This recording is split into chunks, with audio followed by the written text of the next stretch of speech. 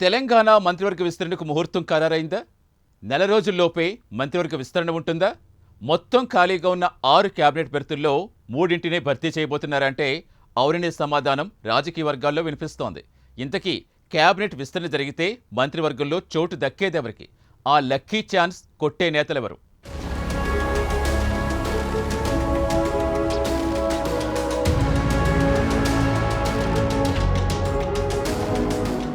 తెలంగాణలో మంత్రివర్గ విస్తరణ మరో నెల రోజుల్లోనే ఉంటుందనే సూచనలు స్పష్టంగా కనిపిస్తున్నాయి. రాష్ట్రంలో మంత్రివర్గ విస్తరణ మరికొద్ది రోజుల్లోనే అంటూ కొన్ని నెలలుగా ఊహాగానాలు వినిపిస్తూనే ఉన్నాయి. తొలుత కొత్త ఏడాది ఆరంభంలో విస్తరణ ఖాయమన్న చర్చ జరిగింది. ఆ తర్వాత సంక్రాంతి అన్నారు. కానీ తాజాగా మంత్రివర్గ విస్తరణ జనవరి నెలాఖరులో ఖాయంగా ఉన్నట్లు మంత్రి పొంగులేటి చేసిన కీలక కామెంట్స్ అందుకు బలం చేకూర్చుతున్నాయి. సీఎం రేవంత్ రెడ్డి విదేశీ పర్యటన నుంచి రాగానే కేబినెట్ విస్తరణ ఉంటుందని మంత్రి పొంగులేటి తాజా అప్డేట్ ఇచ్చారు. స్థానిక సంస్థల ఎన్నికల్లోపే పూర్తి మంత్రివర్గం కొలువుదీరుతుందన్నారు.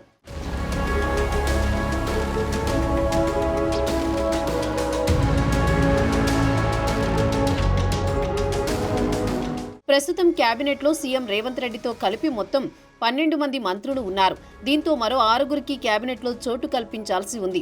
అయితే కాంగ్రెస్ ప్రభుత్వం అధికారంలోకి వచ్చి ఏడాది గడిచినా మంత్రివర్గ విస్తరణ చేపట్టలేదు. ముఖ్యమైన హోం, విద్యాశాఖలు సీఎం రేవంత్ రెడ్డి వద్దే ఉన్నాయి. ఈ నేపథ్యంలో సీఎం రేవంత్ ఢిల్లీ వెళ్లిన ప్రతిసారి కేబినెట్ విస్తరణ ఉంటుందని ఊహాగానాలు వినిపించేవి. 4 రోజుల క్రితం కూడా సీఎం ఢిల్లీకి వెళ్లగా ఈసారి కేబినెట్ విస్తరణ పక్కా అనే వార్తలొచ్చాయి. అయినా అధిష్టానం నుంచి ఎటువంటి అధికారిక ప్రకటన రాలేదు. ఈ పరిస్థితుల్లో త్వరలోనే కేబినెట్ విస్తరణ ఉంటుందని మంత్రి పొంగులేటి శ్రీనివాసరెడ్డి కీలక కామెంట్స్ చేశారు. కాగా స్థానిక సంస్థల ఎన్నికలు వచ్చే నెలలో నిర్వహించే యోచనలో సర్కారున్నట్లు తెలుస్తోంది. అంటే ఆలోపే మరో నెల రోజుల వ్యవధిలో కేబినెట్ విస్తరణ ఉంటుందనే టాక్ వినిపిస్తోంది. దీంతో ఆశావహులు తమ ప్రయత్నాలను ముమ్మరం చేశారు.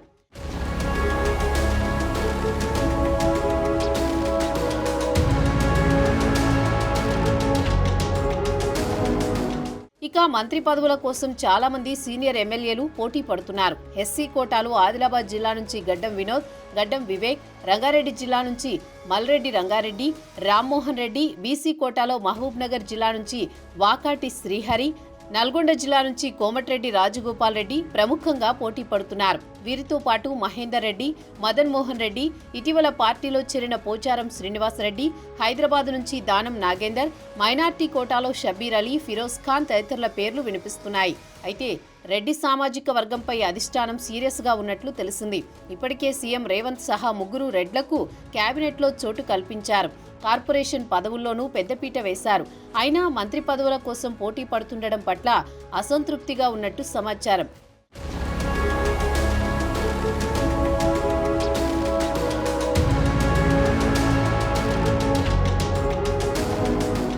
ఇదిలా ఉంటే మరోవైపు త్వరలో జరగబోయే కేబినెట్ విస్తరణలో మంత్రి పదవులను దక్కించుకునేందుకు ఆశావహులు పెద్ద ఎత్తున పోటీ పడుతున్నారు.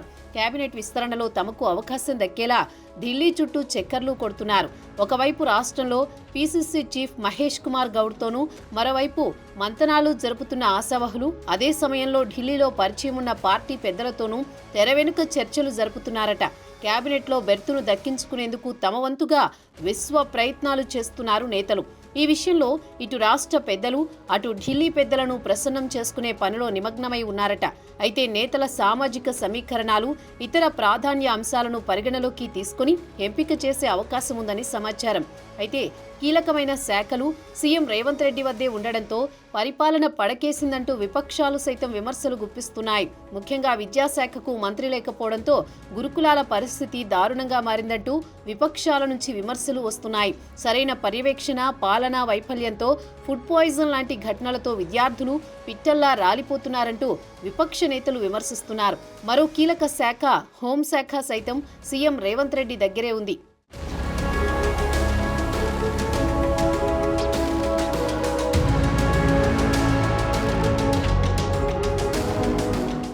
మొత్తానికి మంత్రివర్గ విస్తరణపై మంత్రి పొంగులేటి తాజా అప్డేట్ ఇవ్వడంతో కేబినెట్లో బెర్త్ కన్ఫర్మ్ చేసుకునేందుకు హస్తం నేతలు ఎవరి ప్రయత్నాల్లో వారు బిజీగా ఉన్నారు.